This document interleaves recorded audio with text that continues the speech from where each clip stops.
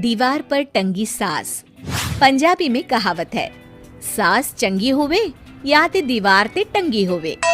संगीता की शादी भी एक ऐसे ही घर में होती है जहां उसकी सास दीवार पर टंगी होती है। ससुर और पति शादी के पहले दिन उसे सास के फोटो के सामने ले जाते हैं, जहां ससुर जी कहते हैं, बेटा संगीता, ये तुम्हारी सास थी, बहुत नेक और भली, लेकिन थोड़ी गुस्सैल थी। गुस्सा आने पर सब तहस नहस कर देती थी, पर अब ये इस दुनिया में नहीं है। हाँ संगीता, माँ होती तो तुम इनकी कोई बात टाल नहीं सकती थी, वरना तो माँ घर में भूचाल ले आती। संगीता मन में खुश होती है कि अच्छा है कि ऐसी औरत अब इस घर में नहीं है, लेकिन दिखावे के लिए वो जैसे ही सास की फोटो के सामने हाथ जोड़कर खड़ी होती है, ये क्या? सास उसे देखकर मुस्कुराने लगी। संगीता आंखों को मलकर एक बार फिर से देखती है, लेकिन फिर सास के चेहरे का भाव, भंगिमा यानी एक्सप्रेशन बिल्कुल बदले होते हैं। वो अपने पति और ससुर को कहती है, माँ की तस्वीर तो स्माइल कर रही है। ना बेटी, ये कैसे संभव है? जरूर तुम्हें कोई गलती हुई होगी, ऐसा कैसे हो सकता है? लगता है तुम शादी की सारी फॉर्मेलिटी करते करते थक गई हो, तुम्हें आराम की जरूरत है संगीता।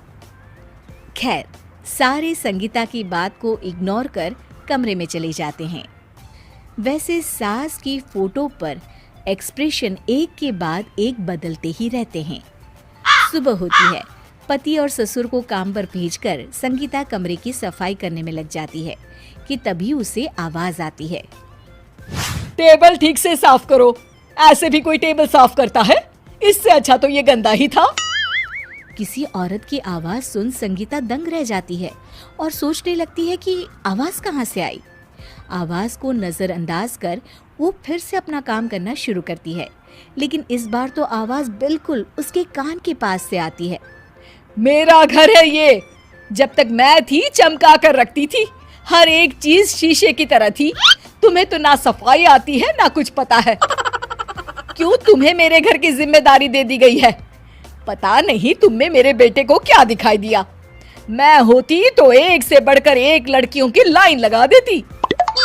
अब संगीता को समझने में देर नहीं लगी कि ये आवाज किसी और की नहीं बल्कि उसकी सास की है, जो दीवार पर टंगी है। वो उसके पास जाती है और कहती है, नमस्ते सासू माँ, मुझे तो कल ही लग रहा था कि दीवार में कुछ काला है। वो दीवार नहीं, दाल होती है पगली। सही पकड़े हैं सासू माँ। तो क्या हो गया आपको जो आप यहाँ भी चैन से नहीं बैठी हैं? सुना मैंने आपका व्यवहार काफी गुस्से वाला था। चुप रह तू, ज्यादा बकर बकर ना कर। घर का काम करना तो आता नहीं, आई है मुझसे बहस करने। हाँ देखिए सासू माँ, मैं आपसे साफ साफ कह देती हूँ, मुझसे पंगा लेने की कोशिश मत करिएगा।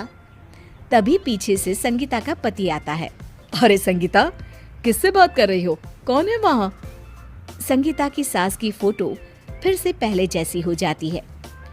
आपकी माँ से कह रही थी कि मुझे काम करना आता।